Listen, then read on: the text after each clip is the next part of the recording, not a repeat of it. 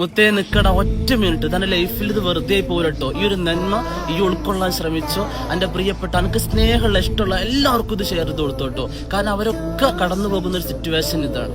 എന്താ സംഭവം എന്ന് അറിയൂ, എന്റെ ഉള്ളിൽ ഒരുപാട് വിഷമങ്ങളില്ലേ, ഒരുപാട് പ്രയാസങ്ങളില്ലേ അല്ലെ, നമുക്ക് ആരോടും പറയാത്ത, ഇനി പറഞ്ഞാലും പരിഹാരം ഉണ്ടാവോ എന്നറിയാത്ത അല്ലേ, അങ്ങനെ ഒരുപാട് വിഷമങ്ങൾ നമ്മുടെ ഉള്ളിലൊക്കെ ഉണ്ട്. എനിക്ക് ഒന്നേ പറയാലോ കേട്ടോ, ഒട്ടും വിഷമിക്കണ്ടടാ, ഒട്ടും വിഷമിക്കണ്ട. ആരൊക്കെ കൈയൊഴിഞ്ഞാലും ഒരിക്കലും കൈയൊഴിയൂല എന്ന് പറയുന്ന ഒരു പടച്ചവൻ എന്റെ കൂടെ ഉണ്ടടാ. ആ ഒരു വിശ്വാസം, ആ ഒരു ഈമാൻ, ആ ഒരു തവക്കുല് എന്റെ ഹൃദയത്തിലുണ്ടോ, ഇത് എവിടെയും തോൽക്കൂല. അന്നെ ഒരാൾക്കും തോൽപ്പിക്കാനും പറ്റൂല.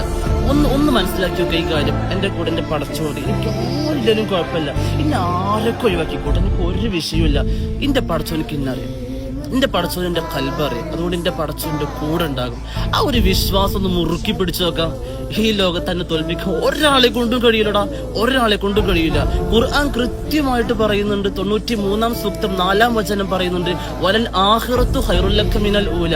മോനെ, ഈ ലോകം എന്നൊക്കെ പറയുന്ന നൈമിഷിക ലോക, ഇവിടെ സന്തോഷം ദുഃഖമൊക്കെ ഉണ്ടാകും. പലരും എന്നെ തള്ളി പറയും, പലരും എന്നെ പ്രയാസത്തിലാക്കും. പക്ഷെ ഒന്നും പേടിക്കണ്ട, ഒന്നും സങ്കടപ്പെടണ്ട. വലൽ ആഖിറത്തു ഖൈറുൽ ലക മിനൽ ഊല. ഇതിനേക്കാളൊക്കെ നല്ലൊരു ലോകം വരാണ്ട് കേട്ടോ, അതിനേക്കാളൊക്കെ നല്ലൊരു ലോകം വരാണ്ട്.